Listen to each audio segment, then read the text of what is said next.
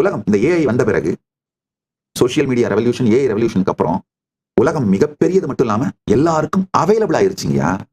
எல்லா தரப்பு மக்களுக்கும் எல்லா நாலேஜ், எல்லா எக்ஸ்பர்டைஸ் டெமோக்ரட்டைஸ் ஆயிடுச்சு. தேடுவது மட்டும்தான் நீங்கள் செய்யணும்.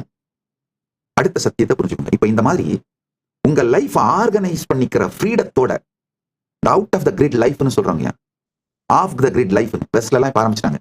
ஆஃப் த கிரிட் லைஃப்னா என்னன்னா, தனியா ஒரு வீட்டை வாங்கி அதுக்கு இஎம்ஐ கட்டிக்கிட்டு அதுக்கு சகல விதமான வாழ்க்கையே அந்த வீட்டுக்காக அர்ப்பணிச்சுட்டு வாழ்ந்துட்டு இருக்கிறது பதிலா மூவிங் ஆர்வி ஹவுசஸ், வேற வேற இடத்துக்கு போகலாம்.